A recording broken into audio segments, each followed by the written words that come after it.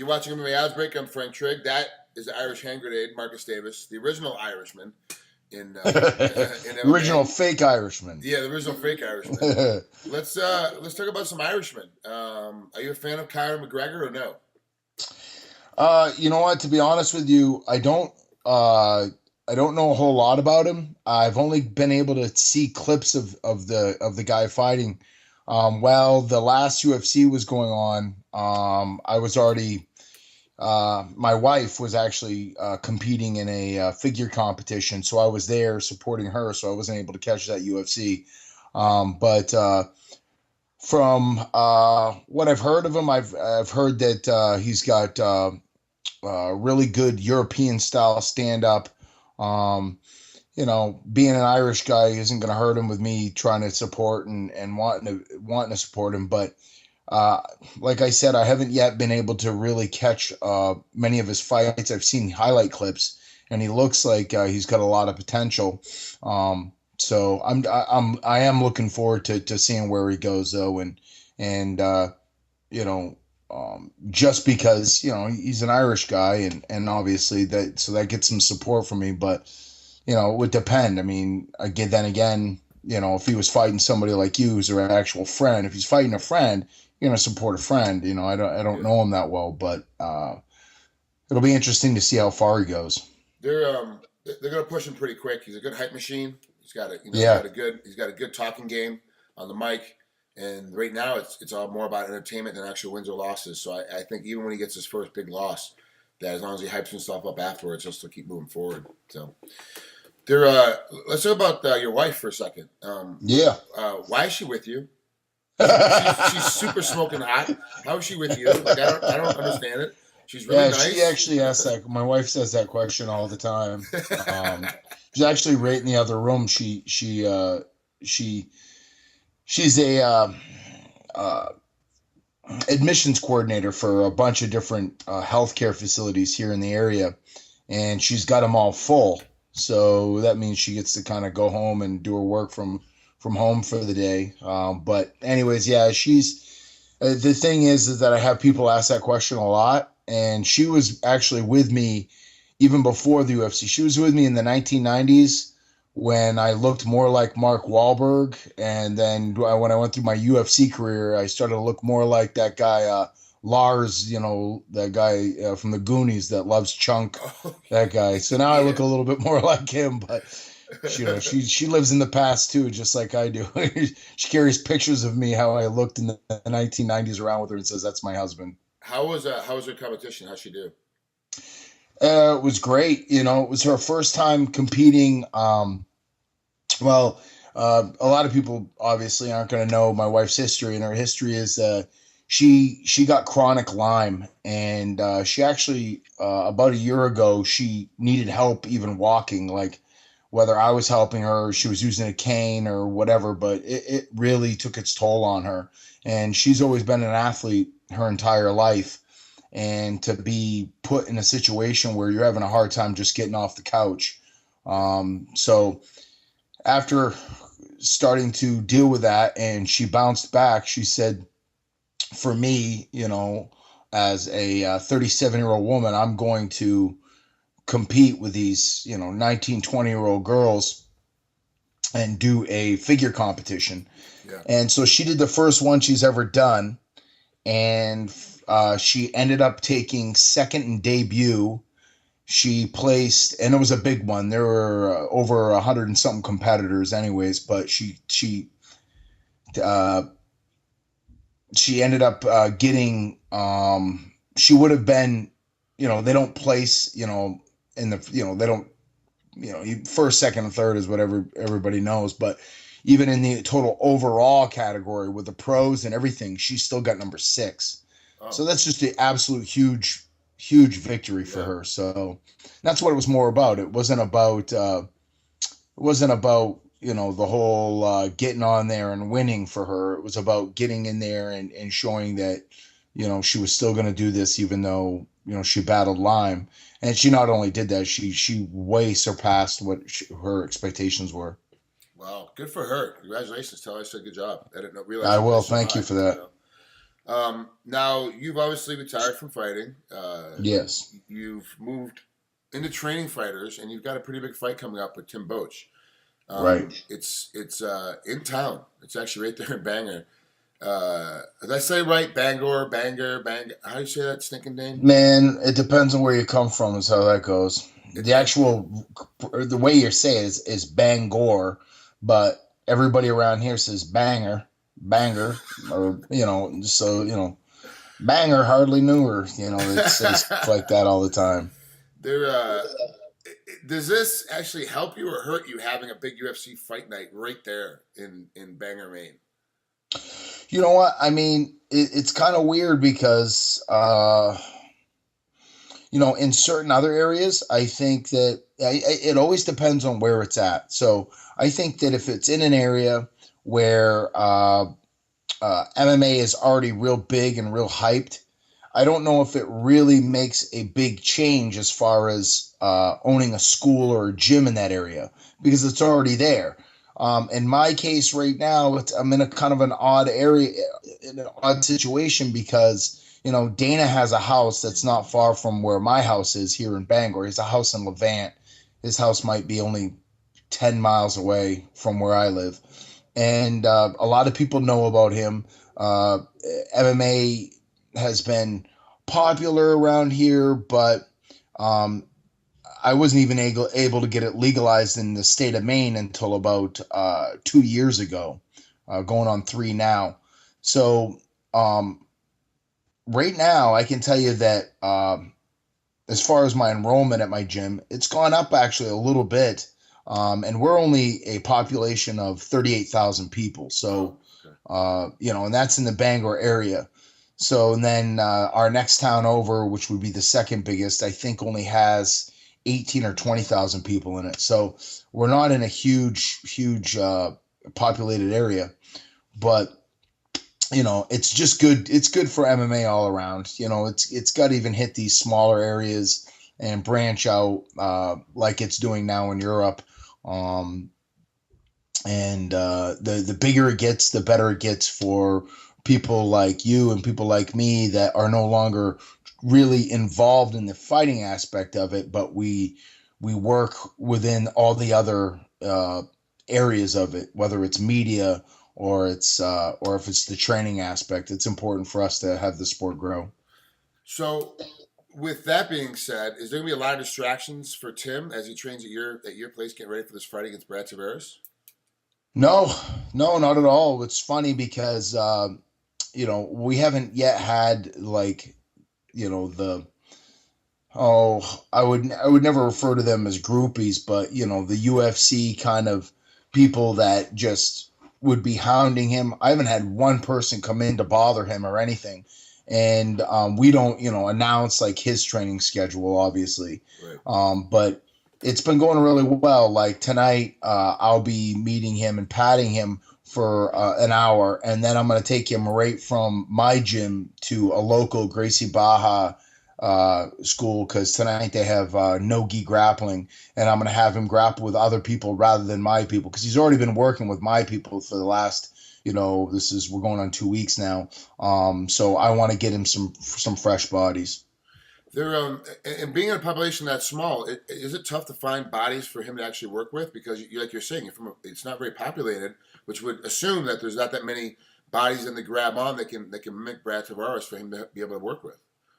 Yeah, what is good is that I'm pretty familiar with Brad Tavares, like at least his style. Anybody that's seen him knows that he's more of a kickboxer style. He's got a really fast lead kick, but he bases a lot of his attacks off that. I think he overuses it, and he has really quick hands. And does kind of like a JKD blast. He comes forward really fast with his shots and closes the distance. But that's not going to really work on a guy like Boetsch, because you'd want the opposite. You don't want to fight Boetsch more like, me and my boxing career. You'd want to stay on the outside and kind of pick away at him. I don't think he'll do that. I think he's going to go out there and he's going to try to stand right in front of Boetsch and do what he's done with a lot of other guys. So I've been getting guys that are more kickboxing style for him, and then on the ground, uh, Brad Tavares is a very basic ground game. He's I don't know. Hopefully for him, for his sake, he's worked on being in half guard. He doesn't do so well when he's in bottom half guard. His kind of go to from there is trying to get that outside half butterfly hook in, and then try to get the full butterfly and work his stand up game from there to get back up.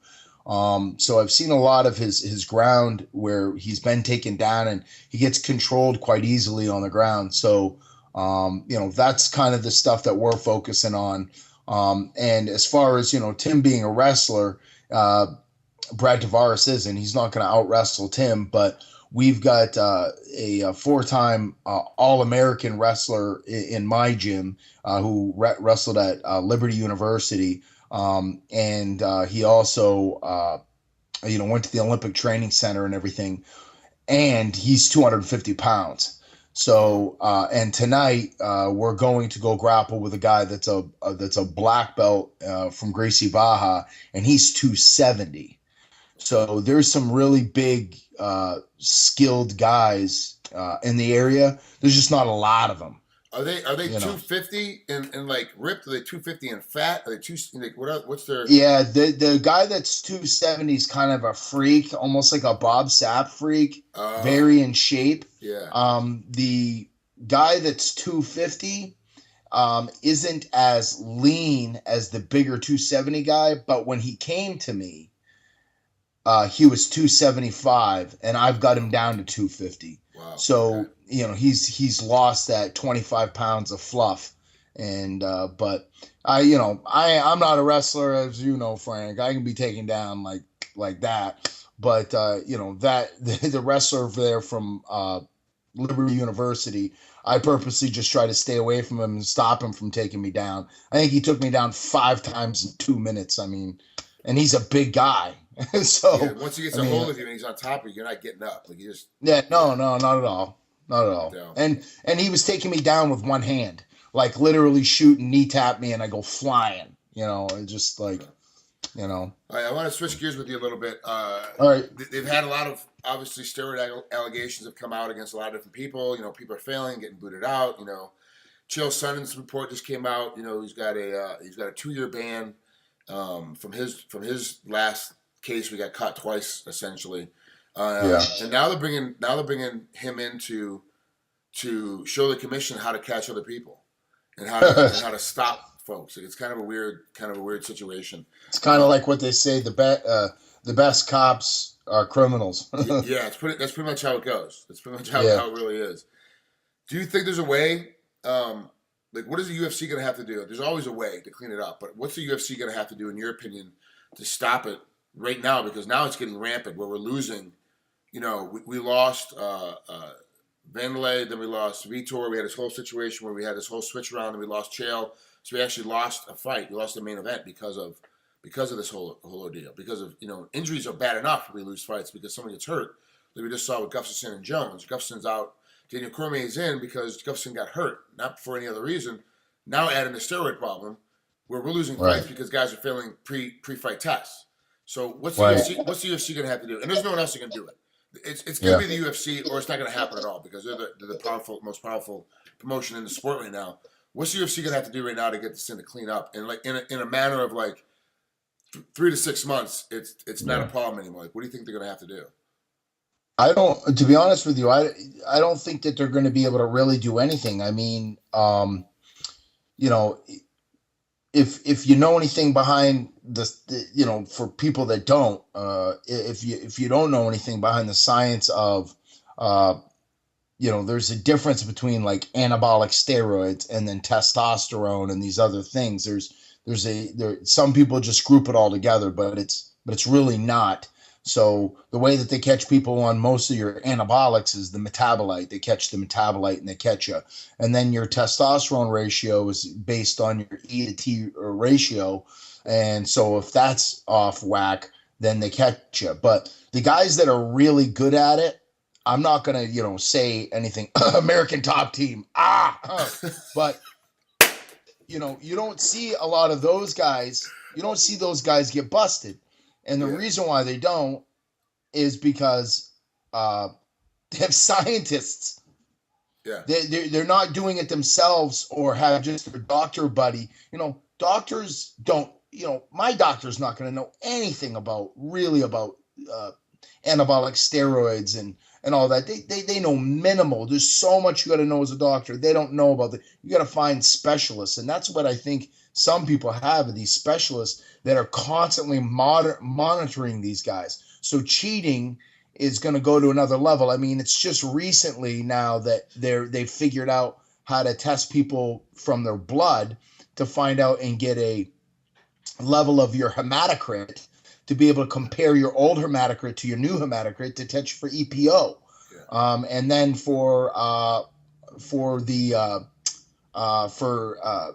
GH, you've never been able to, you've never been able to tell, okay, this guy's on HGH or he is or he isn't, or IGF-1 or any of that stuff. But now they do, because they do a full blood panel and they get those levels and they say, is it different than it was before? If it's much higher, then they know that you're using. So, they're trying to catch them and they're trying to catch up. So you're going to have that group that's going to be able to kind of get by. But then you're going to have that group that's, no matter what, they're going to be like, you know what? Everybody else is doing it. I can't afford to have my own laboratory technologist running all my stuff. So I'm just going to get what I can get and do what I do and, try not to do this. And I just think that there's nothing that they can do. I don't know. I mean, football, baseball, basketball. Yeah, but they're not under the scrutiny. Right.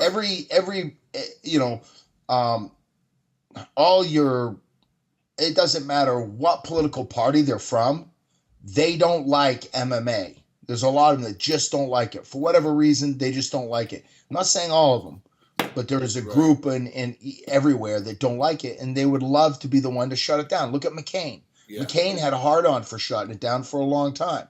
Now he doesn't, but there's it's always going to be under more scrutiny than all the other sports. And I'll tell you what, I was a pro boxer for 11 years, and it was rampant back then. We're talking, 1993. I turned pro, and I started fighting in the mid '80s, boxing, and it was being used back then, and. So, but you don't see anything with that in boxing. You don't hear them screaming and hollering about it all the time there. Have you ever seen a boxing match, a multi-million-dollar boxing match, get canceled because of pre-testing? No. You hear the hype because of like Mayweather and Pacquiao, and Pacquiao's like, look, I don't like blood draws. We can draw blood up to 10 days before the event, and Mayweather's like, no, we'll draw all the way up until the day of the event. That's the only hype we got about it. And when that died down, that was it. And even football, baseball, and basketball, they're trying to clean the sport up. And they did a pretty good job of it because they got, the Senate got behind it, Congress got behind it, testing and making this whole thing happen for baseball. But the reality of it is it's still ongoing. It's never going to stop. It just isn't going to happen because athletes, our mentality is we have to be 1% better. Whatever that 1% is, we have to get that 1%. We have to be 1% better to be able to win. And the difference of between 3% is between being first and being a perennial champ and winning 5, 6, 7 times in a row, and being 3% less is that guy that just can't ever get over the hump. So like that 1% is a big difference, a huge difference at the top level. So we're never going to see that. It's always going to be around. I just want to get your opinion on it and kind of see like how you thought it could happen. The only way it's going to be able to happen, in my mind, you sign with the UFC, they have to do a blood draw on you when you sign your contract. Everyone has to fly in here to the main office in Vegas. They have to do a blood draw on you right there, get all your levels before you come in, and they have to test them. Even you can be juiced to the gills when you walk in and get that first blood draw, but it's going to be different. The next time they test you before you're pre-testing, and everyone's going to have to get blood drawn, which is just going to, it's going to hurt UFC's bottom line if they do it that way because it costs more for the blood draw and for the blood paneling. But if they really want to clean it up, that's really, in my mind, and in my opinion, right now, with the education level that I have, there's no way to clean it up. But it's probably not going to happen. And why do we need it to happen? because never going to be gone away.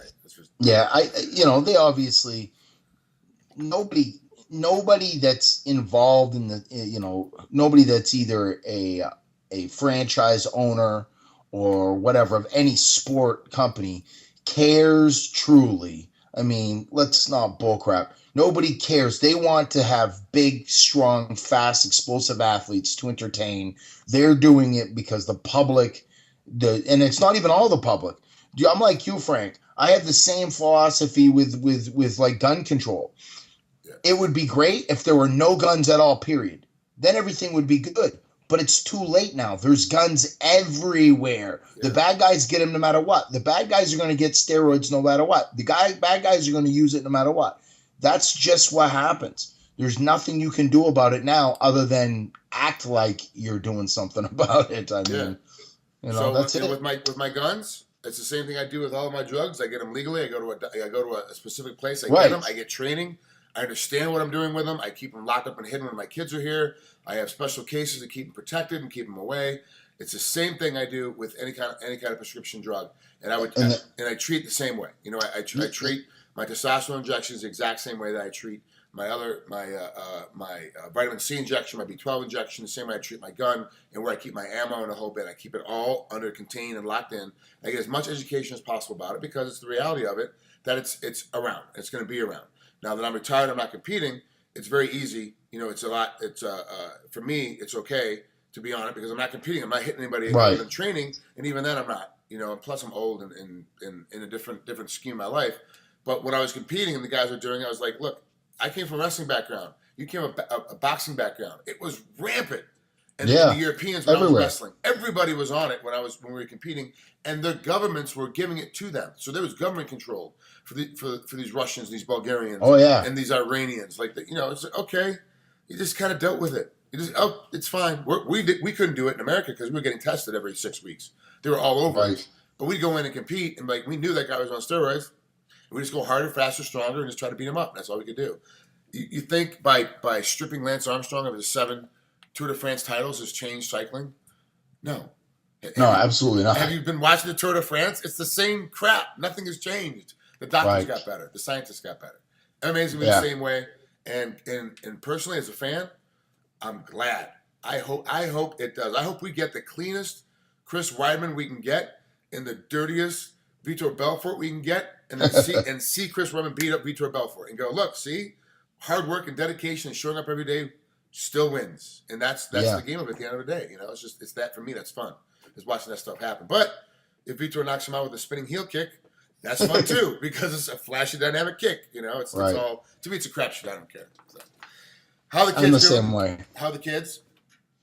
Everything's good. Yeah, they're no one's in the naughty box. The 2 little ones are downstairs, and the adults are in their respective places. Yeah, everyone's doing okay. Good. Well, I'm glad to hear it. Marcus, thanks for coming on, bud. I am trying to get out there for this fight just because you're there. Honestly, I know you'll be busy. That's awesome. But I'm trying to get this way. I'm actually leaving. I'll tell you off camera here a little bit, but I have a project that I just got signed for that I'm working on. That'll have me be gone out of town until the 11th, and then that next weekend obviously is the 16th. So I'm trying to come back for a couple days, and then make it out to Bangor for a couple days. I'm trying. Oh, that'd be awesome. No guarantee, but I'm trying to make that happen. So yeah, it'd be a lot of fun. All right, bud. Well, thanks for coming on here to MMAOddsBreaker. I appreciate it. I'm going to get Tim later on as it gets closer to his event because I want to see how training camp is going and if he has any hatchet marks in his head and if you beat him with a wiffle ball bat or not during that time. Yeah. So, all right, bud. I'm afraid to hit him. So I know, right? He's so scary. He's so scary. So strong, man. I know, right? So strong. I grappled with him the other day, and he molested me like a 9-year-old boy in church. It was horrid.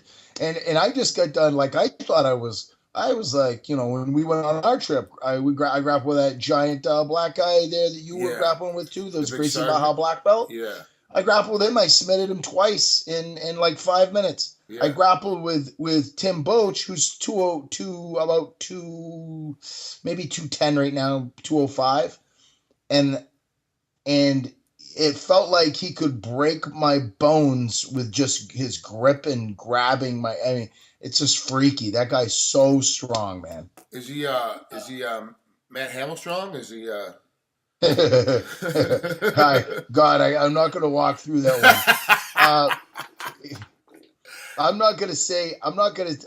You know what? I've never had Matt Hamill grab me before. I have heard that he's kind of freaky strong, but I don't know. I can tell you that he's a lot better and he's a lot stronger than when him and I were training together at Sityo Tong. Oh, okay. So he's changed it up, and what he's done, which I wish, and you're probably just like me, Frank, is that if we could go back in time, we would tell ourselves not to train as hard as we did, because there were times that I burned it out, that I was training. I thought that I said, like, I'm training 6 hours a day. I have to train 6 hours a day, because if I don't, the other guy's going to, and he's gonna have the edge. Where, now I've learned that you can't do that if you want to have longevity in the sport. And he doesn't. He's been, he's training, honestly, I think Tim trains maybe tops 2 hours a day. Oh, and he's healthy, he's strong, no injuries, he looks good, and that's it. Healthy diet. Yeah. And when you go in there and you're only going to do 2 hours of work, he really, really works hard for 2 hours, and then that's it. And he's done. Okay. Well, that's the new breed. Like, it's definitely not our style. Our style was, like you No. said, 6 hours a day and bang your head in the wall. Exactly. Again, and no matter, I broke my leg. Oh, that's okay. I'm gonna go to the doctor, get a cast on. I'll be back this afternoon. You're like, what? Yeah, I got kinesiology tape wrapped all over me, and I don't even fight anymore. What the hell? Dude, it's the only way we can survive. Back then, that was how we did it. They're smarter now. They're much smarter now, the fighters. Yep. All right, Marcus, we'll talk to you here in a little bit, but I appreciate you coming on here, man. You will. Have a great camp tomorrow. Thank you, man. Talk to you. See you, buddy.